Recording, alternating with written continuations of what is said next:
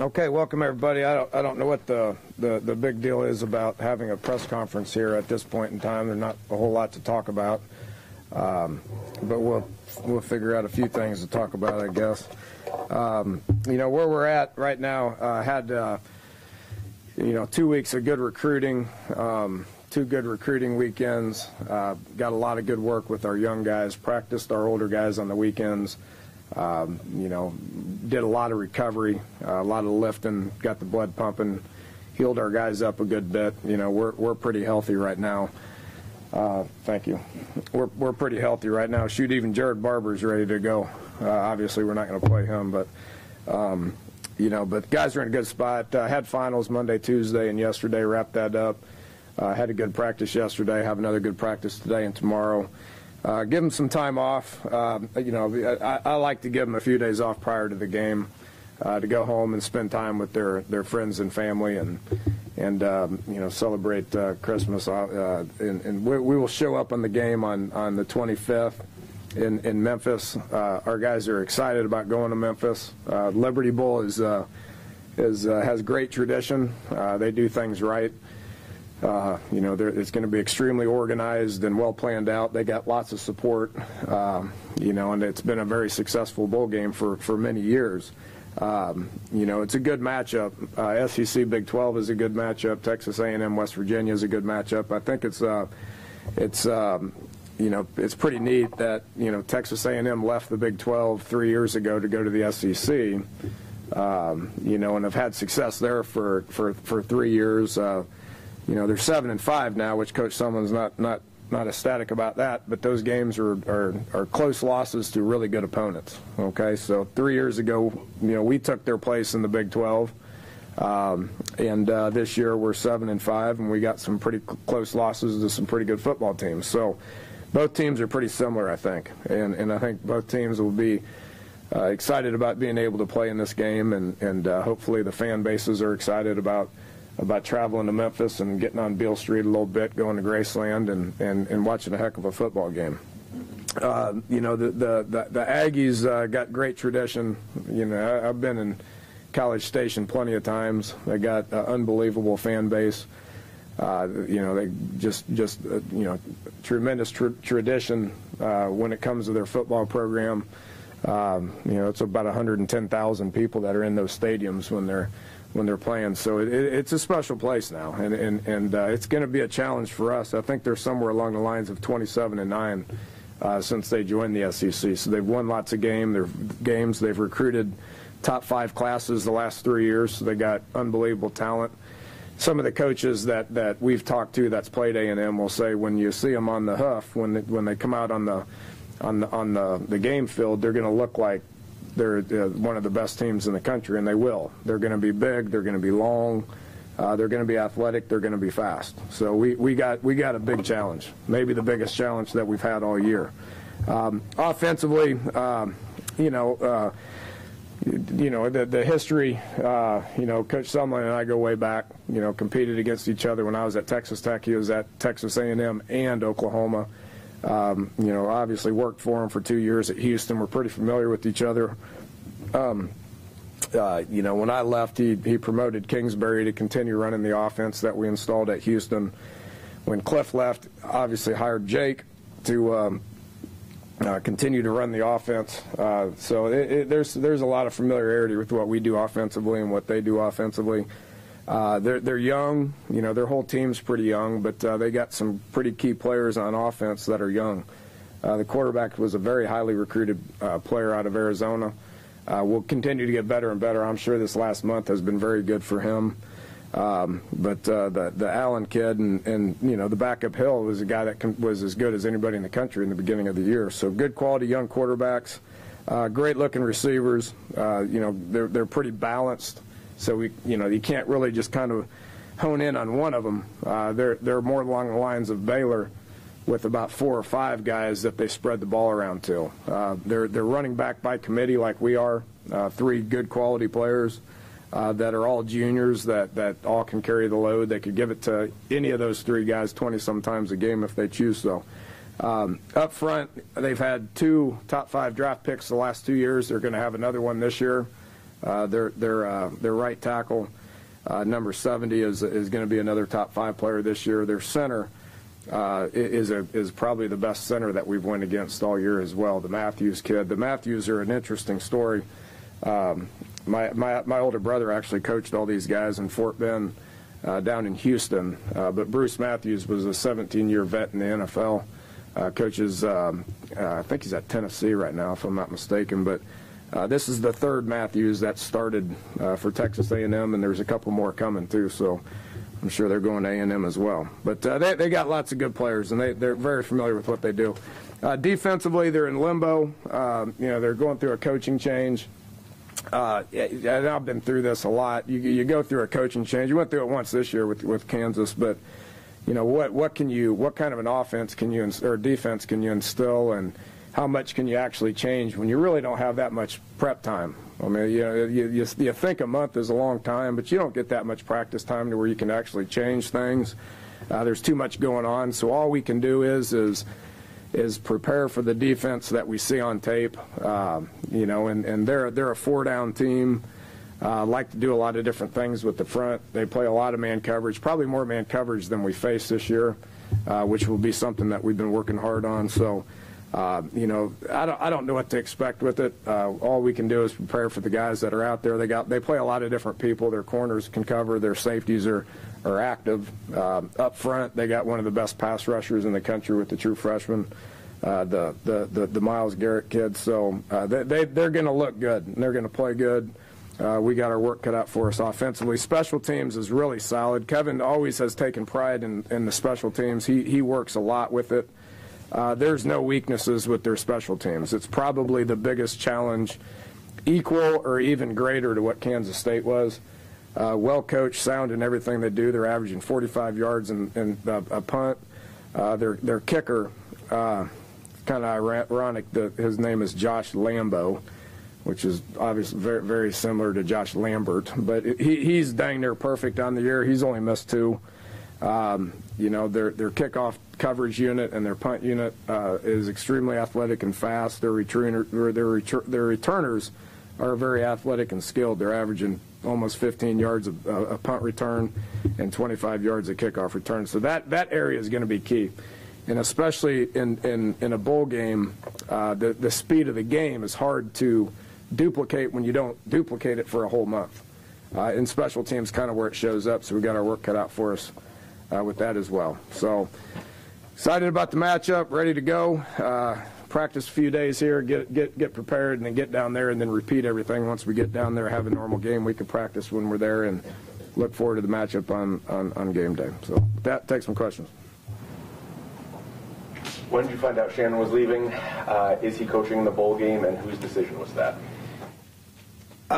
Whose decision was whether he'd coaching or not? That was mine. I've known Shannon for a long time and trust him as much as any coach that I've ever been with. I've talked to Mark Stoops several times throughout the last 3 or 4 days. It's a great opportunity for Shannon. I couldn't be happier for him. I'm not. He works for an offensive head coach who's going to be involved in offense, and you all, I think, understand that. So an opportunity to be able to go work for a defensive head coach and have complete control over it is something that he's ready for at this point.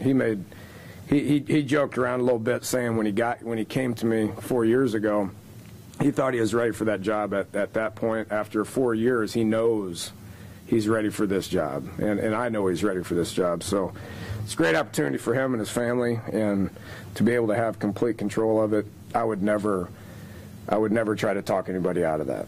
I did the same thing in Texas Tech back in 2008, and it worked out good for me. So he's ready for it, and he's going to do a great job. As far as the bowl game goes, I mean, he coaches our quarterbacks, and he's going to continue to coach them until the end of the game, and then he's going to move on. Speaking of quarterbacks, Clint, Skyler, what's the situation with them now? Yeah, I anticipate having both ready to go. We will practice them. I've covered this. It's really not any different than the last time we covered it. Clint's done such a good job for us throughout the course of the year. Is responsible for us being in a bowl game. did nothing to change what I think of him, as far as the starting quarterback and what kind of a kid he is and what kind of a competitor he is. With that said, Skyler is improving. He's taken a lot of reps the last 3 weeks, and he's playing pretty good. So I anticipate to have both ready to go, and we'll probably make a game time decision on who starts and what the rotation will be. Plan's cleared. He's ready to go. He's ready to go. I mean, he hasn't been taking the reps over the last month. So we got to evaluate him in practice. Not only here but in the bowl game as well, to see where he's at. You don't take reps. It's going to hurt you. And Skyler's been taking a lot of those reps. So we will monitor it here in practice this week, and then once we get down there, we'll look at it and we'll make a decision.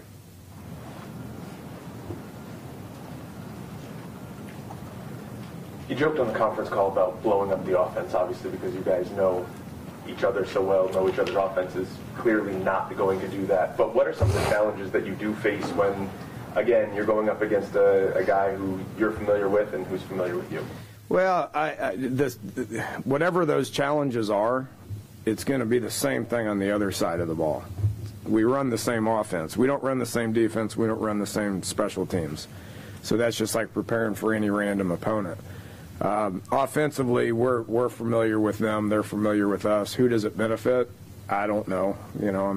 Whatever benefits we have, they have too. So we've dealt with this before. TCU runs the same thing. Texas Tech runs the same thing. We've dealt with it before, so we know how to kind of hide some things, change some things, communicate a little bit different. Be a little secretive with some things. That's stuff that we're used to, so it's not going to be abnormal for our players. We change signals each week. We change boards each week. We change, verbiage and communication each week. So it's something I don't think will be an issue. Who it benefits more, I don't know, because it probably benefits both teams, both defenses. And I believe you said rotation. You're talking about your quarterbacks? Don't know yet. Again, it's about how they look in practice. It's about how they look in practice, and we're always going to be, regardless of position, who gives us the best chance to win. It's more about winning. Any game, it's more about winning than anything else, whether it's future, whether it's, getting guys more reps or whatever it is. I know this is a long way off, but when it comes time to replace Shannon, are you looking for another coordinator? Is that something where you take just a quarterbacks coach and you'd assume the coordinator responsibilities again? Do you have a game plan for how you want to approach that hire? I do not yet. There's no urgency to the matter. I'm not even going to think about it until after the game. And after the game, there's a couple of weeks to where nothing's going on. There's no recruiting. There's kids are home. After our bowl game, our guys get 2 weeks off, which doesn't happen very often. So they get 2 weeks off after the bowl game. So there's no sense in me being up here in the office because there's nobody going to be around. So I take that time and kind of figure out, reevaluate not only what we're doing offensively from a staff-wise, but some other things as well. So I'm not in a hurry to do that. We'll go to the convention in Louisville about the same time we start school. The national convention's in Louisville. Probably go there and meet with some people and figure out what I want to do. Class right now, you guys are almost on a pro-like schedule. How beneficial is that to their development? Well, at this point in time, we're not developing guys. We're not interested in developing guys. We took the last 2.5 weeks and did some developmental stuff. At this point in time, you better hone in on who you're playing. So yesterday was the first day we talked about Texas A&M. So we're in game prep mode right now. We're going to go through a whole week, and then we'll get to the bowl game and repeat it to get them more familiar with who we're playing. So anytime you're around your guys, there's a developmental advantage that does exist. We get to spend time with them. We get to communicate with them. They lift. They see ball. They get to play all that. But it's more about the game at this point in time than it is developmental. Talk a little bit about Oliver leaving and your relationship and how he brought you here, and whatever comes to mind on. Yeah, I mean, it's if you look at his resume, it's not surprising. I mean, he's the most intelligent guy that I've been around, and is a athletics guy, football guy, smart guy, guys guy. I don't think our communication is going to stop. I don't think his communication and his interest in West Virginia is going to stop, West Virginia University in particular. And the role that he's going to in the NCAA, I mean, that he's going to be in the know, and he's going to know a lot of things that are going on. I think some of that information is going to get relayed this way. Just because this is his alma mater, and he had a big part in where we're at as a athletic department at this point. So, gonna miss the conversations clearly, but I know they're not going to stop. He's done a lot for me. He's obviously brought me here, but gives me a lot of advice, and he's a sounding board that I used quite frequently. Done a tremendous job of building the athletic department that we're currently at, and the conference that we're currently at with the support that we currently have. So he's going to do a great job at the NCAA. What he's doing, I don't quite know, don't understand yet. Probably he doesn't either. That's going to be a broad role, I would anticipate. And when you first came here, and the situation was coaching waiting, and there was all kinds of crap going on, but he stayed. He stayed the course with it. Yeah, he's a guy's guy. I mean, I trusted him, and currently trust him. So when our communication took place 4 years ago, it's about this time 4 years ago, that we had a press conference in here, if I'm not mistaken. It was about this date exactly 4 years ago. I just trusted his vision, and what he wanted, and where he wanted the football program to go. And I think we've made great strides in the 4 years that we've been here. I think I have as a head coach, and I think we have as a football program as well. You mentioned 4 years ago. Shannon was the only holdover from that first staff. Can you talk about that, just kind of the turnover that you've had to deal with? Obviously, it's something you've kind of mastered at this point, it seems like, but just what that has meant to you, and moving forward, you've talked a lot about consistency, the importance of that. Yeah, it's a reality in today's day and time. I mean, we talked about this last year. I mean, you look at the guys that have left. I mean, they've left for some pretty good jobs, so Shannon's the same as the previous guys that we've lost, in particular offensively, that have moved on for some pretty good jobs, so that's a compliment to what we're doing as well. What we're doing offensively, there's a lot of people that have interest in it. There's a lot of people that want to do very similar things, so that makes our guys marketable. It's just a part of the deal. That's not going to change, especially if you have success, and that you have success, you're marketable. Guys are going to move on. They're going to have opportunities to be able to spread their wings. So I'm happy for them. It's just part of the job. If you can't expect to have my position and not have to worry about staffing every year. The chances are it's not the only coach we're going to lose off this staff this year. It's just the way it is. With that said, I love this staff, and the guys are doing a great job recruiting. The camaraderie with everybody is good. I think Shannon would be the first one to tell you he's going to miss the camaraderie that exists. Offensively, defensively, we're meshing. I want continuity. I think it's important. You need to do everything you possibly can to keep the coaches in place, doing what they're doing if you want to show improvement. There's going to be times where you need to make changes because things aren't exactly the way you want them. There's nothing on our staff right now that I view as important when it comes to changing. Go a little bit about the frustrations last year of having a player like Kevin White and not having him bloom yet and become, and he winds up being a All-American and probably a first-round draft pick from catching 35 balls the season before. I mean, frustrations I don't think is a appropriate term when it comes to that. I take great pride, and I'm thrilled, and it was exciting to be able to watch him blossom.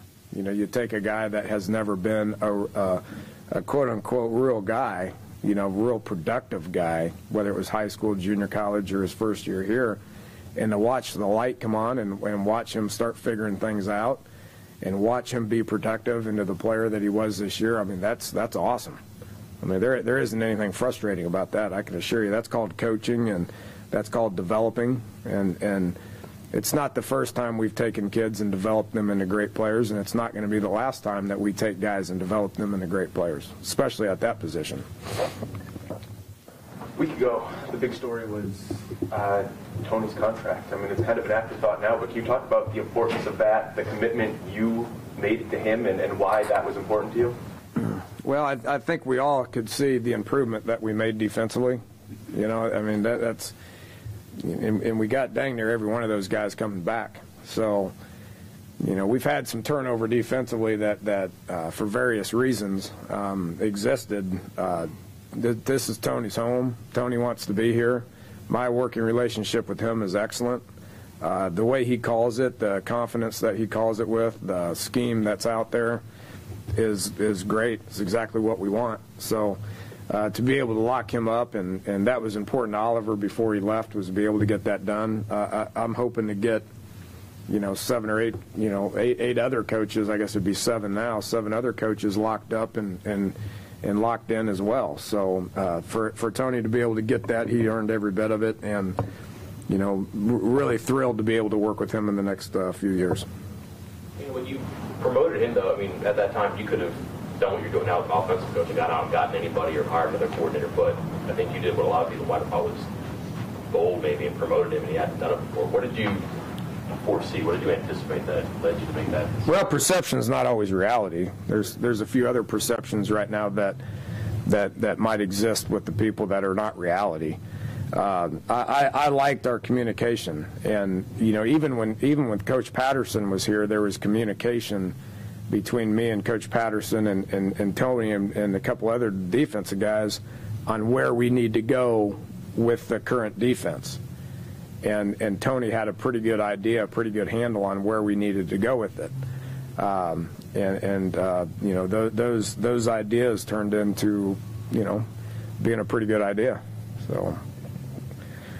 For you guys, it seems like you're taking a pretty relaxed approach towards this, the bowl prep, or at least giving them time off to rest, recover, all that stuff.